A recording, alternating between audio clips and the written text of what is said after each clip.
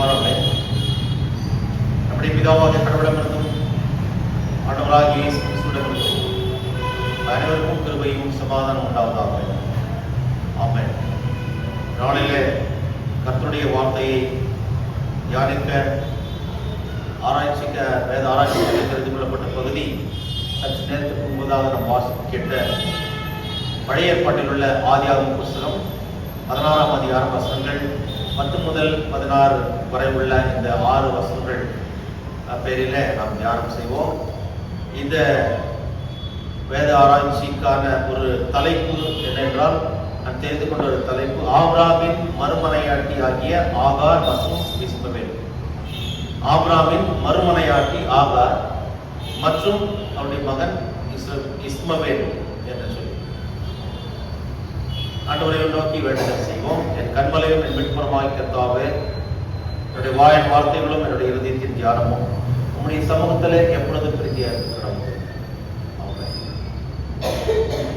பிரியமானவர்களே, கடந்த வாரத்தில் நாம் பார்க்கின்ற போது ஆதியாகமம் 16ஆம் அதிகாரத்தில் 1 முதல் 9 வசனங்களை நாம் வேதாராய்ச்சி செய்தோம். அதில் முக்கியமான காரியங்களை நாம் பார்த்தோம்.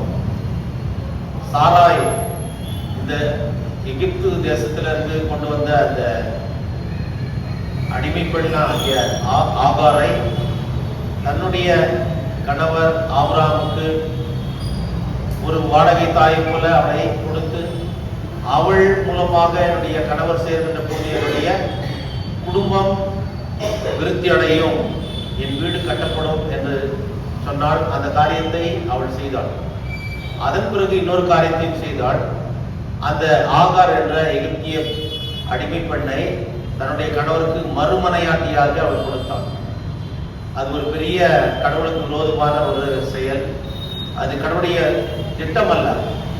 அதன் பிறகு அவள் இந்த காரியங்களுக்கெல்லாம் எந்த மறுப்பு எதுவும் பேசாமல் ஆபிரகாம் சம்மதம் தெரிவித்தார்.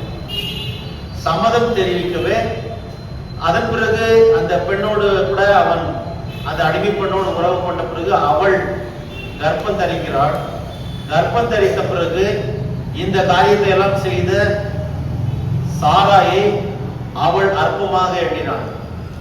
மிக கேவலமாக எண்ண ஆரம்பித்த பொழுது இவளுக்கு வந்த கோபம் தாங்க முடியவில்லை. நான் இவ்வளவு காரியத்தை செய்த, கடைசியில என்னையே இவள் இவ்வளவு அற்பமா எண்ணுகிறாளே என்று சொல்லி அவள் இந்த விஷயத்தை போய் தன்னுடைய கணவர் ஆபிரகாமிடத்துல கம்ப்ளைண்ட் பண்ண, என்ன இது காரியம் நடக்குது, என்ன நடக்குதுங்க, உனக்கும் எனக்கும் நடுவே நின்று கடவுள் நியாயத்துக்கட்டும் என்று சொல்லி கடவுளையும் இவள் எழுதிக் கொள்கின்ற காரியத்தை பார்க்கிறோம். யாரு? சாராய். ஆனால் செய்தது சாராய் தான். ஆனால் நடந்தது என்ன? அவர்கள் மேல், கடவுள் மேல் போய் குற்றம் சொல்லுகின்ற இந்த காரியத்தையும் நாம் பார்க்கிறோம். அதன் பிறகு என்ன நடந்தது? இந்த ஆபிரகாம் இந்த எல்லா விஷயத்திலுமே ஒரு his role was very passive. அதாவது ஒரு கையாளாக தனம் போல நான் சொல்றேன். நான் அந்த அளவுக்கு பெரிய வார்த்தை சொல்லி அவ்வளவு பெரிய விசுவாசிகளின் தகப்பனை மட்டுப்படுத்த நான் விரும்பவில்லை. ஆனால் so his role was very passive when he transact with Sarai in this particular matter. இது சாதாரண விஷயம் கிடையாது. ஒரு ரட்சிப்பை கடவுள் இவர்கள் மூலமாக உண்டு பண்ணுகின்ற ஒரு காரியத்துக்கு மாற்றாக இவள் ஒரு காரியத்தை திட்டமிடுகின்ற போது அது வேதனை கொடுக்கின்ற காரியம். அதற்கு இவர் எந்த விதமான மறுப்பும் தெரிவிக்காமல் சம்மதம் தெரிவிக்கின்ற ஒரு காரியம் மிகுந்த வேதனைக்குரியது. மறுபடியும் இவள் பாவம் செய்ய தூண்டுகின்ற விடமாக சொல்கிறாள். இவள் உன்னுடைய கைக்கு கிடைத்தான் இருக்கிறாள், இந்த அடிமை பெண், நீ உன் இஷ்ட பிரகாரம் செய்யும் போது அவள் இவளை கடினமாக நடத்துகின்றாள். கடினமாக அவளை நடத்துகின்ற போது அந்த வேதனை தாங்காமல் வீட்டை விட்டு ஓடி போகிறாள். வீட்டை விட்டு ஓடி போகின்ற போது வனாந்தரத்திலே அவள் வேதனையோடு கூக்குரல் எடுக்கின்ற போது அங்கே கர்த்தருடைய தூதனானவர் அவரை சந்திக்கிறார். சந்தித்து ஆபிரகாமின் அதாவது அடிமை பெண்ணாகிய ஆகாரே, ஏன் எங்கே நீ எங்கே இங்க வந்தாய் என்று. அப்பொழுது இந்த காரியத்தை சொல்கிறாள், என்னுடைய எஜமானி சாராய் என்னை கடினமாக நடத்தினால் நான் வந்து விட்டேன் என்று சொல்லி மறுபடியும் அந்த தேவதூதன் அவளுக்கு சொல்லுகிறார், நீ போய் உன்னுடைய ஆபிரகாம் வீட்டுக்கு போய் அங்கே அவனுடைய கைக்கு அடங்கி இரு என்று சொல்லி அனுப்புகிறார். இது வரைக்கும் போன வாரம் நம்ம பார்த்தோம். இன்னைக்கு ஏன் இந்த கர்த்தருடைய தேவதூதன் அவளை அந்த வனாந்தரத்திலே சந்தித்து அந்த பாலைவனத்திலே அந்த கொடுமையான வெயிலிலே தண்ணீர் இல்லாத சூழ்நிலை அவள் கூக்குரல் இடுகிறதை, அந்த கர்ப்பவதி கூக்குரலிடுவதை கேட்டு அங்கே மறுபடியும் ஏன் அந்த கொடுமை செய்கிற இடத்திலே அனுப்ப வேண்டும் என்று பார்க்கின்ற போது அந்த திட்டத்தை, சாராயனுடைய திட்டத்தை கடவுள் ஏற்கவில்லை என்று தான் அர்த்தம். ஆகவேதான் இவளை இன்னும் அடிமை என்று சொல்லி நீ போய் அவளுடைய கைக்கு கீழ் அடங்கியிரு என்று சொல்லுகின்ற அந்த காரியத்தை நாம் பார்க்கணும். 9ஆம் வசனத்துல மிக தெளிவாக இருக்கிறது. அப்பொழுது கர்த்தருடைய தூதனானவர் நீ உன் நாச்சியார் அண்டைக்கு திரும்பி போய் அவள் கையின் கீழ் அடங்கியிரு என்றார். இவ்வளவு நடந்தது. இன்னைக்கு 10ஆம் வசனத்துல இருந்து நம்ம பார்க்கிறோம். இப்போ கர்ப்பவதியா இருக்கிறார் இந்த ஆகார்.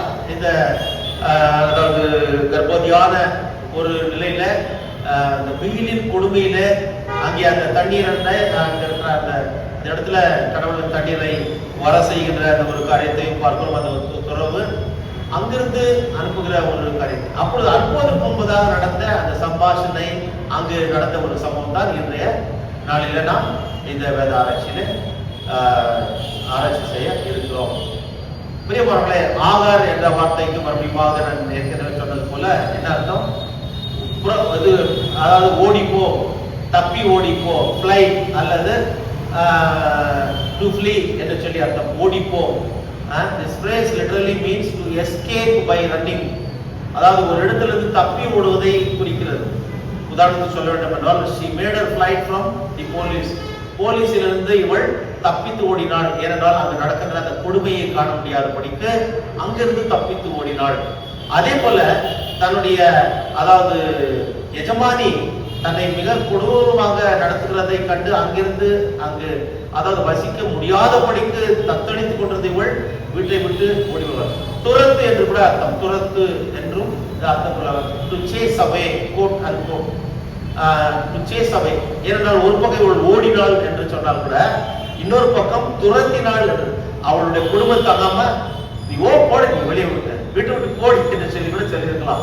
இவள் அந்த இங்கிருந்து எப்ப நம்ம தப்பிச்சு போவோம் இந்த நரகத்துல இருந்து என்று சொல்லி அவள் ஓடி இருக்கலாம். சோ இதெல்லாம் சேர்ந்துதான் அவளுடைய பெயர் ஆகார் என்று சொல்லி ஓடிப்போ, தப்பிப்போ என்று சொல்லி.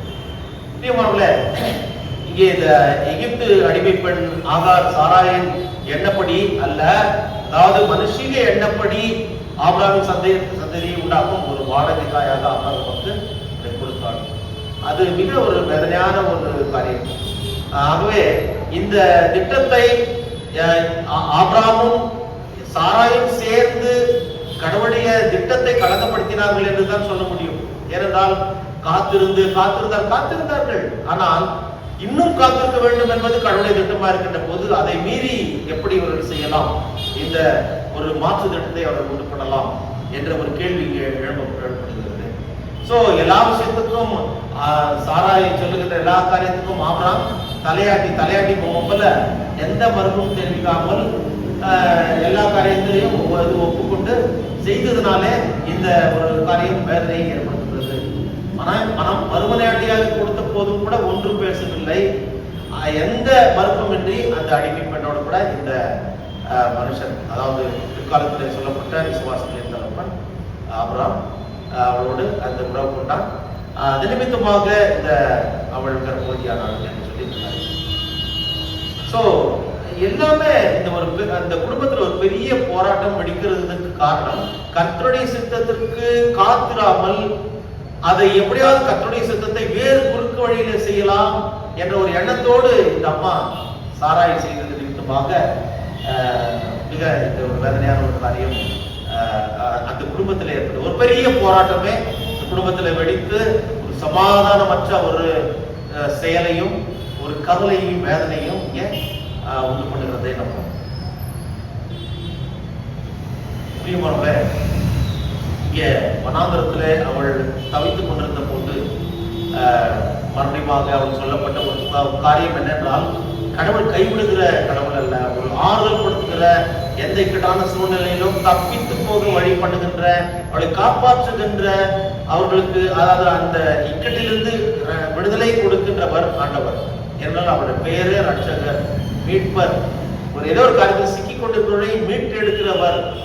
ஆகவே அப்படியே விட்டு போக அவருக்கு மனதில்லை. ஆகவே இதனால தொடர்ந்து செய்தியின் சாராம்சத்துக்கு வருவோம். 10ஆம் வசனத்துல கர்த்தருடைய தூதன் இங்கே பார்க்கின்ற பெரும் கர்த்தருடைய தூதன் அவளை நோக்கி உன் சந்ததி மிகவும் பெருக பண்ணுவேன், அது பெருகி எண்ணி முடியாததா இருக்கும்.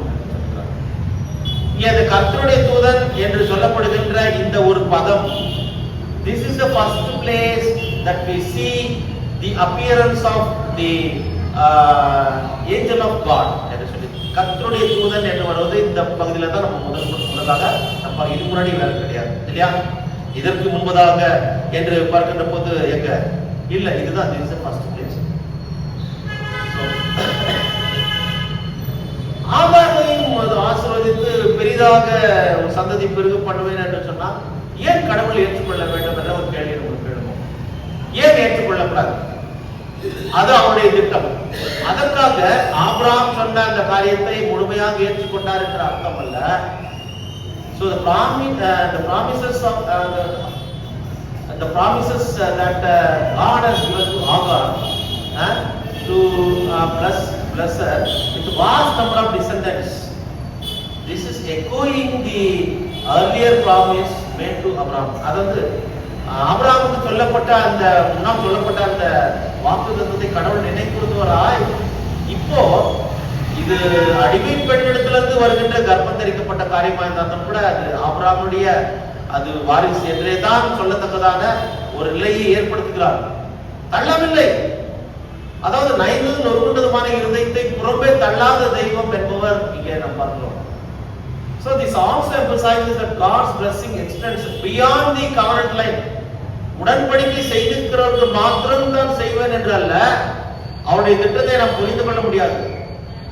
ஆனா இவர் செய்யல. இவர் அதாவது வேறு இது வழியாக இவர் பண்ண ஒரு திட்டம் வந்திருக்கிறது. ஆனால் கடவுள் அதை அதாவது அங்கேயே கருவறுத்திருக்கலாம், வேணாம் சொல்லியிருக்கலாம். ஆனால் அவர் ஈவு இரக்கம் அற்றவர் அல்ல, மனதுருக்கமுடையவர் என்பதை பார்க்கிறோம் இல்லையா? சோ ஆகவே தான் God's blessing extends beyond the covenant line to include Agar's offspring. அவள் மூலமாக ஒரு சந்ததி உண்டாகத்தக்கதாக கடவுள் இங்கே ஆசீர்வதிக்கிறது. I will greatly multiply. நான் பெரிய அளவிலே பெரிய ஒரு சந்ததி மிகவும் பெருக பண்ணுவேன். இன்னைக்கு அதாவது ஒரு சந்ததி மாத்திரம் பெரிய அளவுல வளர்ந்து கொண்டே இருக்கிறாங்கன்னா அவங்களுக்கு அதாவது யாரும் கேட்பார் இல்லாம குழந்தைகளை பெற்றுக் கொண்டு போறாங்க. அது இஸ்லாமிய கம்யூனிட்டியில தான் பார்க்க முடியும். அந்த இஸ்லாமிய கம்யூனிட்டி இதுல தான் வந்தது, இந்த கம்யூனிட்டியில தான் வந்ததுதான். சோ பிரியமானவர்களே, இங்க இந்த குழந்தை அதாவது அவளுக்கு அவருடைய வயிற்றிலே வளர்கிற அந்த குழந்தை மூலமாக உருவாகின்ற சந்ததி எண்ணி முடியாத யார் என்றால் அடுத்த வசனத்துல அவர் சொல்லுகிறார் பாருங்க, பின்னும் கர்த்தருடைய தூதனானவர் அவர்களை நோக்கி, நீ கர்ப்பவதியா இருக்கிறாய், ஒரு குமாரனை பெறுவாய், கர்த்தர் உன் அங்கலாய்ப்பை கேட்டபடியால் அவனுக்கு இஸ்மவேல் என்று பெயரிடுவாயா. சோ இவருடைய பெயர் என்ன? இஸ்மவேல் என்று சொல்லியிருக்கார். God hears, கடவுள் கேட்கிறார் என்று சொல்லி அர்த்தம். அதற்கு கடவுள் கேட்கிறார். Angel of God instructs Agar to name her son Ishmael. The meaning of Ishmael is God hears, கடவுள் கேட்கிறார். என்ன கேட்டா பிரியமானவர்களே, இந்த இஸ்மவேல் யார் என்றால் இவர்தான் அரபு மக்களுடைய மூதாதையராக கடவுளால் அனுமதிக்கப்பட்ட ஆபிரகாமின் வித்து, ஆபிரகாமின் மூலமாக வந்தது. ஆகவே தான் இன்றைக்கு ஆபிரகாமிக் ரிலிஜன் என்று சொல்லி எல்லாரும் உரிமை கொண்டாடுகின்ற எருசலேம் ஆலயம் ஆகிய அதாவது யூதர்களும் அதை உரிமை கொண்டாடுகிறார்கள், கிறிஸ்தவர்களும் உரிமை கொண்டாடுகிறார்கள், இஸ்லாமியர்களும் என்று சொல்லுகிற போது அந்த அரபியர்கள் அவர்கள் எல்லாம் சேர்ந்தான் பிற்காலத்துல 6ஆம் நூற்றாண்டில அது இஸ்லாமாக ப்ராஃபட் முகமது மூலமாக உருவானது இஸ்லாம் என்று சொல்லி இப்பொழுது அந்த குடையின் கீழாக எல்லாரும் ஒன்று சேர்ந்திருக்கிறார்கள் என்று சொல்லலாம். அதுக்கு முன்பதாக அப்படி கிடையாது. இயேசுவின் காலத்தில் இஸ்லாம் கிடையாது. இயேசு சுவாமிக்கு பிறகு 6ஆவது நூற்றாண்டில தான் ப்ராஃபட் முகமது மூலமாக இந்த ஒரு புதிய ஒரு மதம் என்பது இஸ்லாமிய மதம் என்பது உருவானது. சோ இங்கே அரபு மக்கள் அந்த காலத்திலே இருந்தவர்கள், அதாவது இஸ்மவேல் பரம்பரையில வந்தவர்கள் தான், அந்த சந்ததியில் வந்தவர்கள் தான் அரபு மக்கள். அதே போல வாக்களிக்கப்பட்ட ஆபிரகாமுடைய மகன் ஈசாக்கு மூலமாக வந்தவர்கள் அந்த சந்ததி இஸ்ரவேலர்கள் என்று சொல்லி பாருங்க. இஸ்ரவேல், இஸ்மவேல் சும்மா ஒரு டிஃபரன்ஸ் தான் இருக்கும். ஆனால் இவர்களையும் 12 கோத்திரமாக ஆசீர்வதித்தார், இவர்களையும் 12 கோத்திரமாக ஆசீர்வதித்தார். அதெல்லாம் நம்ம ஃபுல் டீட்டெயிலா இதனால நம்ம தியானம் பண்ண முடியாது. அது போக நம்ம ஆதியாகம புத்தகத்திலே அந்த டீட்டெயில்ஸ் இருக்கு. அவர்களும் 12 கோத்திரமாக ஆசீர்வதிக்கப்பட்டார்கள், பெருந்திரளாக ஆசீர்வதிக்கப்பட்டார்கள் என்று சொல்லி நாம் பார்க்கிறோம். பிரியமானவர்களே, சோ இஸ்மவேல் காட் ஹியர்ஸ், கடவுள் கேட்கிறார் என்று சொல்லி அர்த்தம். எப்பேற்பட்ட ஒரு சூழ்நிலையில கடவுள் இந்த பெயர் வந்தது என்று பார்க்கின்ற போது, இஸ்மவேல் was the first one in the Bible, first one in the Ismail was the first name in the Bible, given his name before he was born. He was the first one. அவர் பிறப்பதற்கு முன்பதாக பெயர் வைக்கப்பட்ட ஒரு மனுஷன் யார் என்றால் இந்த இஸ்மவேல். இன்னும் பிறக்கவே இல்லை. ஆகாருடைய வயிற்றிற்கு வந்து கர்த்தருடைய தூதன் வந்து சொல்கிறார், அவன் பிறந்த பிறகு இந்த பெயர் நீ வை என்று சொல்லி. சோ முதலாக பதிவு செய்யப்பட்ட, பிறப்பதற்கு முன்பதாகவே பெயர் சொல்லப்பட்டது, அதுவும் கடவுள் மூலமாக. இங்கே இந்த கர்த்தருடைய தூதன் யார் என்று பார்க்கின்ற போது, அது கர்த்தருடைய தூதன் என்று ஏஞ்சல் ஆஃப் காட் என்று சொன்னாலும் கூட அது கிறிஸ்து என்று சொல்லி இறையியல் நிபுணர்கள் சொல்கிறார்கள். ஏனென்றால் அந்த பழைய ஆதி காலத்துல நம்ம பார்க்கின்ற போது இப்பேற்பட்ட அந்த தேவதூதன் போல கடவுள் வந்து சந்தித்ததையும் நாம் பார்க்கலாம். ஏனென்றால் நேரடியாக பார்க்க முடியாது, கடவுளை யாரும் ஒருத்தரும் பார்த்தது கிடையாது, நேரடியாக பார்க்க முடியாது. அந்த அளவுக்கு அவர் பரிசுத்தமானவர், எல்லாம் எரிஞ்சு சாம்பிராடும். அது போன்ற ஒரு சூழ்நிலையில பார்த்தார் என்றால் அது கிறிஸ்து, அதாவது ப்ரீ இன்கார்னேட்டட் கிரைஸ்ட் என்று தான் சொல்ல வேண்டும். பிற்காலத்துல இயேசுவாக குழந்தையாக பிறந்தவர் அவர்தான் அங்கே காட்சி கொடுத்தார் என்று சொல்லி. ஆகவே தான் சொல்லுகிறார், என்னை நான் கடவுளை கண்டேன் என்று சொல்லி. கடவுளை யாரும் கண்டதில்லை. இப்போ பார்த்தார் என்றால் இந்த அம்மா பார்த்தார், நான் யார் என்றால் கிறிஸ்து மனித கோலத்திலே அவர் இருப்பதை அங்கே இங்கே பார்க்க முடிகிறது. பிரியமானவர்களே, கடவுள் கேட்கிறார், God hears. எந்த சூழ்நிலையில அவர் கேட்டார் என்றால், கைவிடப்பட்ட ஒரு சூழ்நிலையில அந்த பெண் இருந்தாள், அவளுடைய சத்தத்தை கேட்டார். துரத்தப்பட்ட ஒரு கர்ப்பிணி பெண்ணாக அவள் இருந்தாள், அவளுடைய சத்தத்தை கேட்டார். திக்கற்ற சூழ்நிலையிலே கத்தி கதறி, அதாவது ஒரு திக்கற்ற ஒரு நிலையில இருந்த ஒரு அபலை பெண்ணினுடைய ஒரு அங்கலாய்ப்பை கடவுள் கேட்டார். அதான் உன்னுடைய அங்கலாய்ப்பை கடவுள் கேட்டார். ஆகவே அந்த குழந்தைக்கு இஸ்மவேல் என்று பேர் பெயர். அங்கலாய்ப்பு, வேதனை, வியாகுலம், கைவிடப்பட்ட சூழ்நிலை, வனாந்தரத்தில் யாருமே ஆள் அரவற்றம் இருக்கிற இடத்துல எப்படி அவர்கள் உயிர் வாழ முடியாத பெரிய, அதாவது கண்மலை நோக்கி பார்க்கின்ற ஒரு அனுபவம். உதவி வரும் கண்மலை நோக்கி பார்க்கிறேன், எனக்கு ஒத்தாசை வரும் பர்வதத்துக்கு நேராக என் கண்களை ஏறெடுக்கிறேன், எனக்கு சகாயம் எங்கிருந்து வரும்? வானத்தை பூமி உண்டாக்கின கர்த்தரிடத்திலிருந்து எனக்கு சகாயம் வரும். அந்த பாலைவனத்துல, அந்த வனாந்தரத்துல கடவுளுடைய கர்த்தருடைய தூதனாக வந்து அவரை தேய்ச்சி கடவுள் கேட்கிறார் என்று சொல்லி அந்த குழந்தைக்கு பெயர் வைக்கிறார். இஸ்மவேலுக்கு கடவுளுக்கு ஒரு திட்டம் இருந்தபடினாலே தானே அவனுக்கு God hears என்ற பெயரை வைத்தார். இல்லைன்னா ஒருவேளை கடவுள் அந்த பெண்ணை கைவிட்டு இருப்பார் இல்லையா? அதை தான் நம்ம பார்க்கிறோம். இங்கே முக்கியமான ஒரு காரியம், அவள் ஒரு அபலை பெண், அவள் கூக்குள் எடுக்கிறதை கேட்டு கடவுள் அந்த குழந்தையும் ஆசீர்வதித்து அவள் செய்த அந்த தப்பிதங்களையும் மூடி மறைத்து, அதாவது நம்முடைய பாவங்களுக்கு தக்கதாக நமக்கு கடவுள் சரி கட்டாமல் நம்மை விட்டு வைத்திருக்கிறார் என்று சொல்லி 103ஆம் சங்கீதத்துல நாம் பார்க்கிறோம். 103ஆம் சங்கீதத்துல 1-10 வரைக்குமே நீங்க 4-10 வரைக்கும் படிச்சு பாருங்க, நீங்க அங்க இருக்கோம். நம்முடைய பாவத்துக்கு சரிக்கு சமமா நம்மை தண்டிக்காமல் நம்மை விட்டு இருக்கிறார். அதே போலதான் சாராயுடைய பாவத்துக்கு சரியாம தண்டிக்காமல் கிருபையாய் இந்த ஆகாரை அவருடைய மறுமனையாட்டி, அவருடைய மறுமனையாட்டை ஆசிரியத்து அந்த குழந்தையும் ஆசிரியக்கிற பெரிய சந்ததியாய் உருவாக்குகிறார். அதாவது யோவான் 6:37 பகுதியில பார்க்கின்ற போது, என்னிடத்தில் வருகிறவரை நான் புறம்பே தள்ளுவதில் என்றார்.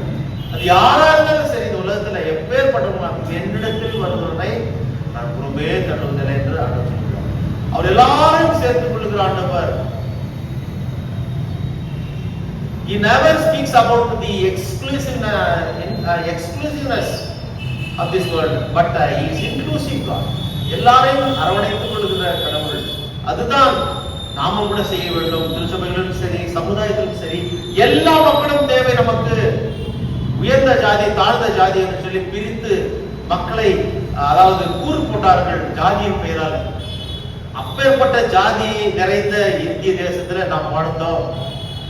ஆனால் கடவுள் எந்த ஜாதி பாகுபாடை பார்க்காத எல்லாரையும் ஏற்றுக்கொள்கிறார். அவரை தேடி நாடி வருகிறவர்களை ஏற்றுக்கொள்கிற கடவுள். அடுத்ததாக பார்க்கும்போது யோவான் 14:18 நான் உங்களை திக்கற்றவர்களாக விடேன், உங்களிடத்தில் திரும்ப வருவேன் என்று சொல்கிறார். I will not leave you as an orphan. நான் உங்களை திக்கற்றவர்களாக விடேன், உங்களை அனாதைகளாக நான் விட மாட்டேன், உங்களிடத்தில் திரும்பி வருவேன் சொல்லி தன்னுடைய சீசர்களிடத்தில் அவர் சொல்லுகிறார். மாத்திரமல்ல, சங்கீதம் 102:16 பார்க்கின்ற போது திக்கற்றவருடைய விண்ணப்பத்தை அலட்சியம் பண்ணாமல் அதற்கு செவி கொடுக்கிற கடவுளாக இருக்கிறார். அது காரியத்தை செய்தார், அலட்சியம் பண்ணல. திக்கற்ற சூழ்நிலை எந்த பக்கம் போறது? ஒரு வனாந்தரத்துல, ஒரு பாலைவனத்துல போய் விட்டா எந்த பக்கம் வடக்கு இருக்குது, தெற்கு இருக்குது, மேற்கு இருக்குது, கிழக்கு இருக்குது தெரியாது. அதான் திக்கற்ற சூழ்நிலை. எந்த திக்குன்றது தெரியாது. நீ வடக்கு பக்கம் போனா ஊர் வருமா, தெற்கு பக்கம் போனா ஊர் வருமா, கிழக்கு பக்கம் போனா ஊர் வருமா, இல்ல மேற்கு பக்கம் தெரியாது. ஏன்னா எங்க பார்த்தாலும் மணல், எந்த வழியே இல்லை. இங்கே வழியை காட்டுகின்ற கடவுளை நாம் பார்க்கிறோம். இந்த அரபியர்கள் இங்கே பார்க்கின்ற போது 12ஆம் வசனத்துக்கு நாம் வேகமாக கடந்து வருவோம். இந்த அரபியர்களை இங்கே அவன் துஷ்ட மனுஷனா இருப்பான், அவனுடைய கை எல்லாருக்கும் விரோதமாகவும், எல்லாருடைய கையும் அவனுக்கு விரோதமாகவும் இருக்கும், தன் சகோதரர் எல்லாருக்கும் எதிராக கூடியிருப்பார் என்று சொல்லி அவன் துஷ்ட மனுஷன் என்று சொல்லி வேதத்தில் போடப்பட்டிருக்கிறது. இஸ்மவேல் would be a wild donkey of a man என்று சொல்லி இங்கே பார்க்கிறோம். அவன் ஒரு, அதாவது காட்டு கழுதை போல ஒரு போட்டுக்கிறாங்க. அதாவது இது தப்பான ஒரு எண்ணத்துல அவன் துஷ்ட மனுஷனா இருப்பான் என்று சொல்லி ஒருவேளை டிரான்ஸ்லேஷன்ல இப்படி கிட்டத்தட்ட ஒரு டிரான்ஸ்லேஷன் அவர்கள் பண்ணியிருக்கார்கள். ஆனால் அதனுடைய ஒரு உள்ளார்ந்த அர்த்தம் என்னென்றால், it's not a flattering description, it identifies the wilderness. அதாவது வனாந்திரத்துல வாழ்கிறவன் ஒரு எப்படி இருப்பான்னா ஒரு காட்டு மனுஷன் போல தான் இருப்பான். நம்ம சொல்லுவோம் ஊர்ல இருந்து நம்ம அந்த டீசன்சி, அந்த சிவிலைஸ்டு லைஃப் எல்லாம் நம்ம பார்க்கிற போது நாகரிகத்தோடு எப்படி இருக்கும். இப்போ அது காட்டுல இருந்து வளர்றவன் இல்ல அந்த ட்ரைப்ஸ் எல்லாம் அவங்ககிட்ட நம்ம சில காரியங்களை எதிர்பார்க்க முடியாதுல்ல. அவங்க என்னன்னு பேசுவாங்க, மரியாதை கொடுத்து பேசுவோம். இப்போ ஏதோ ஒன்று காரியம் பண்ணாக்கா நான் அப்படியே வாங்கிக்குவாங்க. இப்போ நம்மளா தான் ஒரு டேக்ஸ் சொல்லுவோம். இதான் அந்த நாகரிகம் கற்றுக்கொள்ளாத ஒரு சூழ்நிலை என்ன பண்ணுவாங்க, அது போன்றுதான் அந்த ஒரு காரியம். அதை தப்பாக குறைத்து இடைப்பட முடியாது. Identifies the wilderness where he lived by his skill as an archer. ஒரு வில்வித்தைக்காரனாக இவன் இருந்தான் என்று சொல்லி ஆரம்பத்துல நம்ம பார்க்கிறோம். ஆதியாகமம் 21ஆம் அதிகாரம் 20ஆம் வசனம் 21ஆம் வசனத்துல. அதே போல யோபு புஸ்தகத்துல 24ஆம் அதிகாரம் 5ஆம் வசனத்துல பாருங்க. அவன் ஒரு வில் வீரர். யாரு? இஸ்மவேல். அவனுடைய என்ன தொழில்னா, அப்போ அவன் வில் வீரர்னாக்கா அவன் ஊர் உள்ள வர முடியாது, படிக்க எல்லாம் அந்த வனாந்திரத்துல அங்க எங்கேயாவது போய் வேட்டையாடுறது, அதுல வந்து அந்த டேலண்ட் அது காட்டுறது, ஒரு மாதிரி ரஃப் அண்ட் டஃபா இருக்கிறது, ரகட் பர்சன் இல்லையா, ரஃப் அண்ட் டஃப் என்று சொல்லி சொன்னாங்க. ஸோ அவனில் அடுத்து அவனில் ஒரு போர் குணம் இருந்தது. அந்த காலத்துல இப்ப இருக்கிற மாதிரி லேட்டஸ்ட் வெப்பன்ஸ் எதுவும் கிடையாது இல்லையா. அந்த காலத்துல எல்லாம் நேரடியா போய் இது இரும்பு இரும்பு இரும்பு அதாவது கூர்மையான ஆயுதங்களை தாக்கி கொள்வார்கள், கல்லுகளால் தாக்கி கொள்வாங்க. அதன் பிறகு தான் மற்ற ஐட்டப்பட்டு இன்னைக்கு பார்த்தா நியூக்ளியர் வெப்பன்ஸ். ஸோ அவனில ஒரு போர் குணம் இருந்தது, சண்டை போடுகின்ற ஒரு எண்ணம் இருந்தது என்று சொல்லி வேத நிபுணர்கள் சொல்கிறார்கள். அடுத்து அவன் வந்து எல்லாரோட சேர்ந்து இருப்பான், தனித்து இருப்பான். ஏன்னா அவங்க ஆட்கள் இருக்கிற இடத்துல எதிரில் இருக்கிறவங்க அவங்க சொந்த ஆளாக தான் இருப்பான். ஆனா எல்லாருமே வெறுத்து தான் அவன் வாழ்வான்.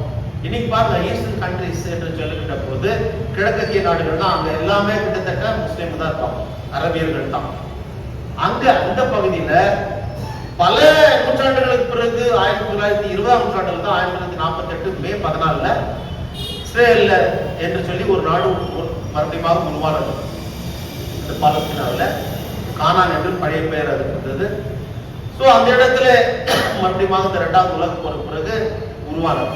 ஆனால் அவள் வந்ததுல இருந்தே இவர்கள் எல்லாரும் அவளை எதிர்க்க ஆரம்பித்தார்கள். அங்கிருந்த பெரிய பெரிய நாடுகள், Egypt, Saudi Arabia, Iran, Iraq, Lebanon, Yemen, Syria, இப்படி எல்லா நாடுகளும் எதிர்க்க ஆரம்பித்தது.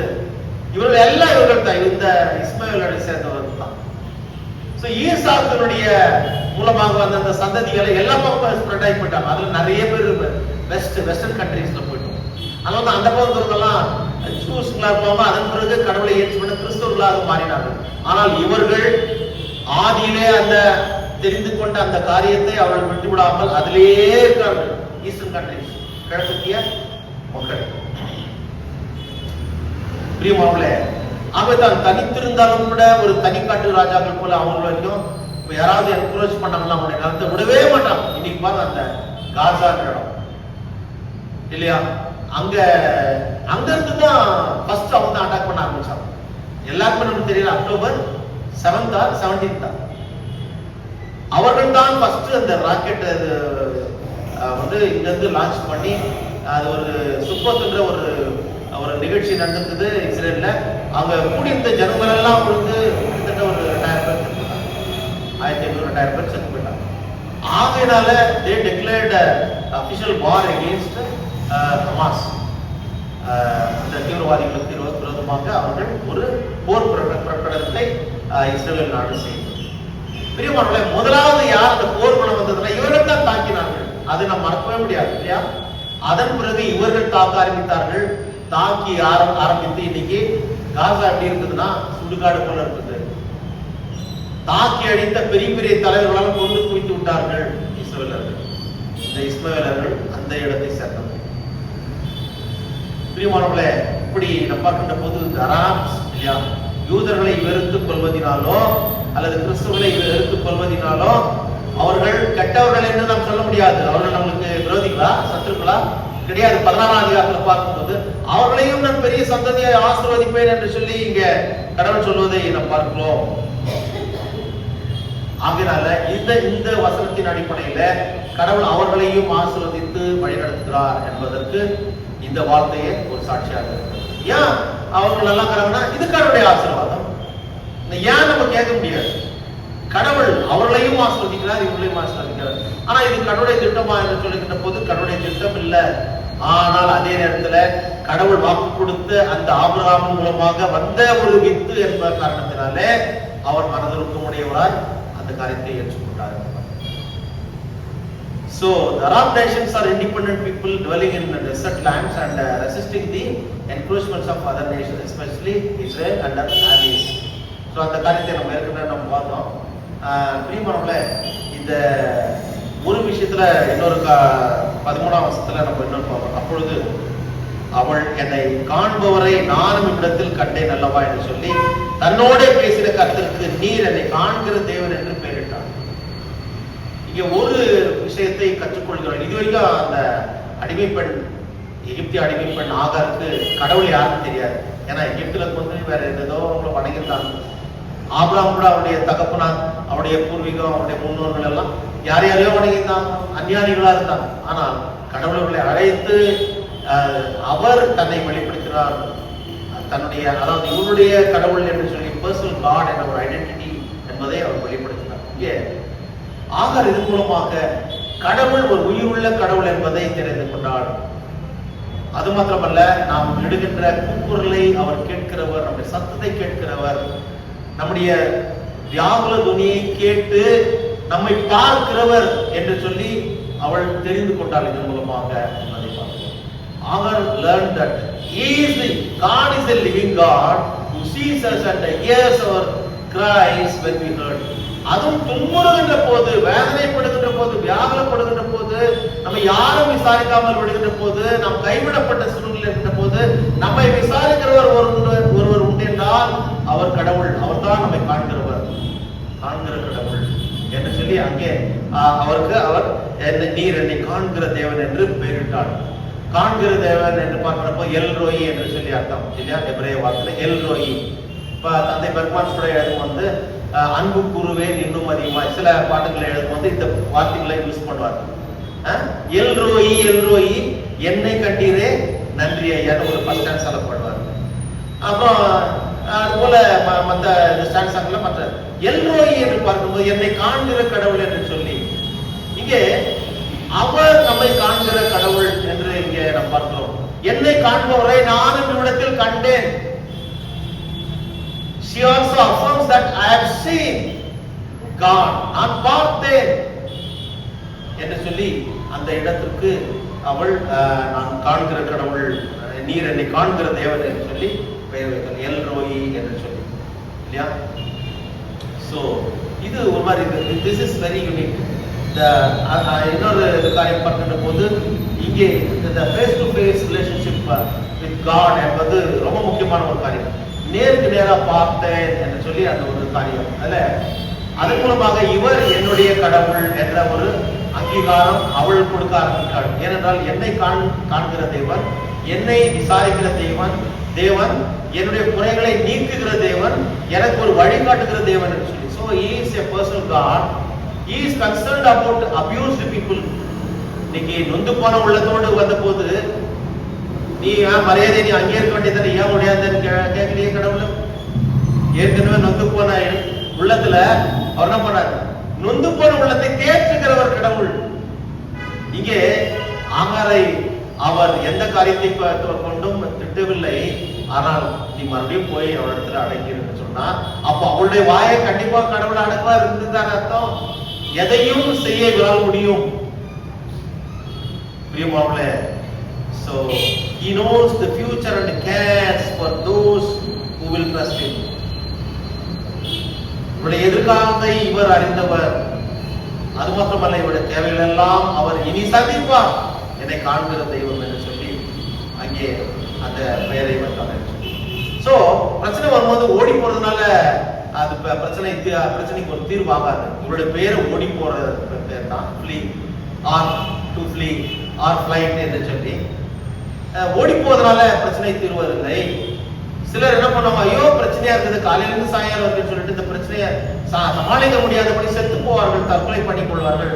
அவர்கள் கோழைகள், வாழ தெரியாதவர்கள் என்று அர்த்தம். நாம் வாழ பிறந்தவர்கள். கடவுள் எதுக்காக படைத்தார் என்றால், வாழ்க்கை என்பது போராட்டம் நிறைந்தது, மேடு பள்ளம் நிறைந்தது. அதையெல்லாம் நம்ம கடந்துதான் செல்ல வேண்டும், சாட்சியாக வாழ வேண்டும் கடைசி வரைக்கும். சோ பிரச்சனையின் மத்தியில் கடவுள் நம்மிடத்தில் எதிர்பார்க்கின்ற ஒரு காரியம் என்னென்றால், பிரச்சனை வருகின்ற போது நாம் கர்த்தருடைய சித்தத்துக்கு நம்மை ஒப்பு கொடுத்து அவர் மூலமாக அங்கிருந்து அந்த பிரச்சனையிலிருந்து ஒரு விடுதலை காண நாம் நம்மை ஒப்பு கொடுக்க வேண்டும். நாம இன்னொரு சொல்யூஷன் தேடக்கூடாது. கடவுள் கர்த்தருடைய சித்தத்துக்கு ஒப்பு கொடுக்க வேண்டும். பிரச்சனையின் மத்தியில் கடவுள் நம்மை ஒப்படைக்க மிக மிக முக்கியமான ஒரு காரியமாக இருக்கு. So here Sarah tried to run ahead of God and she created problems that are with us yet today. கடவுளுடைய திட்டத்துக்கு முன்பாக ஓடி போய் இவள் ஒரு மாற்று திட்டத்தை உண்டு பண்ணினாள். அதனால எந்த பிரயோஜனமும் இல்லை. ஆனால் கடவுள் அதனை ஏற்று வேறு விதத்தில் அவர் செயல்பட ஆரம்பித்தார். ஆகவே அதனால விளைந்த காரியங்கள் இன்றைக்கு கூட நாம் கண்கூடாக பார்க்கிறோம். இஸ்ரவேலை எதிர்க்கிறவர்கள் யார் என்றால் அரபியர்கள் தான், இஸ்மாயிலர்கள் தான், முஸ்லிம் தான். கிறிஸ்தவர்களை எதிர்க்கிறவர்களும் இவர்கள் தான். காரணம் யாரு? அப்பேற்பட்ட ஒரு சந்ததி உருவாக இவருடைய திட்டம் கடவுளுடைய திட்டத்துக்கு முன்பாக மேலே வரத்துக்காக அவள் நினைத்தாள். அதை சாதித்து காட்டினாள். இது ஒரு வேதனையான ஒரு காரியம். ரோமர் 14:23 பாருங்கள், விசுவாசத்தினாலே வராத யாவுமே பாவம். இது விசுவாசத்தினால வந்த ஒரு காரியம் இல்ல, விசுவாசத்துல குழப்பம் ஏற்பட்டதினால வந்த ஒரு காரியம். விசுவாச வாழ்க்கையில குழப்பம் உங்களுக்கு வந்தது. ஏன் கடவுள் இன்னும் கூட என்னுடைய கர்ப்பத்தை அடைச்சிருக்கிறாரு, ஒருவேளை எனக்கு கொடுக்காம போயிடுவாரோ, அப்போ வாக்குத்தத்தம் பண்ணதை இந்த வழியில தான் பண்ணணும் என்று சொல்லி மனுஷிகமாக அவள் நினைத்தாள். ஆகவே அதை தோற்று போனாள். அது விசுவாசத்தினாலே விளைந்த பலன் அல்ல, விசுவாசத்தினாலே வராத யாவும் பாவமே என்று சொல்லி ரோமர் 14:23 பிற்பகுதியில நம்ம பார்க்கிறோம். கடைசியாக நம்ம பார்க்கிற போது from the human viewpoint இந்த ஒரு மாற்று பாதை டெட்டர் என்று சொல்லி டெட்டர் என்று பார்க்கிற போது மாற்று பாதை. It was a tragic experience, இல்லையா? It was a tragedy that brought God's great salvation plan to a standstill. கடவுளின் மகத்தான ரட்சிப்பின் திட்டத்தை மனித திட்டம் ஸ்தம்பித்து போக பண்ணினது. ஆனா கூட என்ன பண்ணுவாரு, அதை விட்டுல இப்படி ஆயிடுச்சா சரின்னு என்ன பண்ணாரு, சரி செய்யறாரு. அதுதான் நமக்கு பார்க்கிறாரு. ரொம்ப அழகான ஒரு காரியம். ஏனென்றால் ரட்சிக்கும் திட்டம் கடவுளுடைய திட்டம். அதை அவர் எப்படியாவது செய்வார். when God cannot rule, இப்போ பாருங்க, மனுஷிகம் ஆளுகின்ற போது when God cannot rule, கடவுளால் ஆட்சி செய்ய முடியாத ஒரு சூழ்நிலை ஏற்படுகின்ற போது கடவுள் தன் திட்டத்தை மாற்று வழியில் செய்வார். he will overrule, அதை மாற்றி அமைப்பார். அவர் தெரியும் எப்படிதான் அவருடைய திட்டத்தை, அவருடைய சித்தத்தை அவர் விட்டுவிட மாட்டார். அதை கண்டிப்பாக நிறைவேற்றுவார். so he always accomplishes his purpose in an effective way. தன்னுடைய சித்தத்தை அவர் வேறு வழியிலே சிறப்பாக செய்து முடிக்கிறார். அந்த வேறு வழியிலே செய்து இந்த சந்ததியை ஆசீர்வதித்தார். அதுதான் வேறு வழியில. அதை விட்டுருக்கலாம், அந்த கழுவை வேறு எடுத்து போட்டிருக்கலாம், ஆகாரை அங்கே கேட்பார் நிலையில விட்டுருக்கலாம். ஆனா செய்யல. கடவுள் இரக்கம் உள்ளவர் என்பதை இதன் மூலமாக நம்ம ஆகவே தான் தீர்மானங்களே, இந்த கடவுள் முழு உலக ரட்சகராக யூனிவர்சல் காட் என்று சொல்லி பார்க்கிறோம். 14ஆம் வசனத்திலே, ஆகையால் அந்த துறவு பெயர் லகாய நோய் என்னப்பட்டது. அது காதேசும் பாரத்துக்கும் நடுவே இருக்கிறது. ஆகார் ஆபிரகாமுக்கு ஒரு குமாரனை பெற்றார். ஆகார் தன் குமாரனுக்கு இஸ்மவேல் என்று பெயரிட்டான். ஆகார் ஆபிரகாமுக்கு இஸ்மவேலை பெற்ற போது ஆபிரகாம் 86 வயதா இருந்தான். இங்க முக்கியமான ஒரு காரியம், அந்த கிணறு அந்த தண்ணி எல்லாம் வந்து சேர்ந்து ஒரு கிணறு போல ஆயிருக்கு. அந்த இடத்திற்கு ஒரு பெயரை வைத்தான். அதற்கு பெயர் லகாய நோய் என்று சொல்லி. அதனுடைய ஒரிஜினல் நேம் என்ன என்றால் வீர் லகாய நோய் என்று சொல்லி அர்த்தம். பெயர் லகாய நோய் என்று சொல்லி எபிரேய வார்த்தையில அர்த்தம் என்னன்னா, well of the living one who sees me. well of the living one who sees me. அதாவது ஜீவ தண்ணீர், அதாவது தண்ணீராகிய அந்த, அதாவது கிணற்று தண்ணீராகிய கடவுள் என்னை பார்த்தார் என்று சொல்லி அங்கே என்னை பார்த்தார் என்றால் பார்க்கிறவர் என்னை பார்த்து கொண்டே இருப்பார் என்று அர்த்தம். அதாவது என்னை காப்பார் என்று அர்த்தம். பார்க்கிறவர்னா, காண்கிறவர்னா பார்த்துட்டு விட்டுறவர் இல்ல, என்னை நடத்துகிறவர் அவர். ஆகினால்தான் இந்த ரோய் என்ற வார்த்தை மெய்ப்பருக்கும் உண்டு. கர்த்தர் என் மெய்ப்பராய் இருக்கிறாய் என்று சொல்லி ரோய் என்று சொல்லி என்னை நடத்துகிறவர். அதாவது இப்போ இந்த சர்ச்சஸ்ல இருக்கிற பாஸ்டர்ஸ்களுக்கு ஒரு தலைமை உருவாக பெருந்தலைவர் என்று சொல்லி நம்முடைய ஐஎம்ஸ் இருக்கு. சிஎஸ்சில பாருங்க பிஷப் என்று சொல்லி, நம்ம இதுல கூட பிரசிடென்ட் பார் பிஷப் என்று சொல்லி போடுவோம். சோ பிஷப்னா என்னன்னா ஓவர்சியர் என்று சொல்லி அர்த்தம், கண்காணிக்கிறவர் என்று சொல்லி, ஒரு சூப்பர்வைசர் என்று சொல்லி. சோ நம்ம செய்கின்ற காரியத்தையும் இவர் கண்காணிக்கிறவர், காண்கிறவர். அதான் மைசியர் என்று சொல்லி அர்த்தம், மைசியர். சோ நம்மை அவர் கண்காணித்துக் கொண்டே இருக்கிறார்.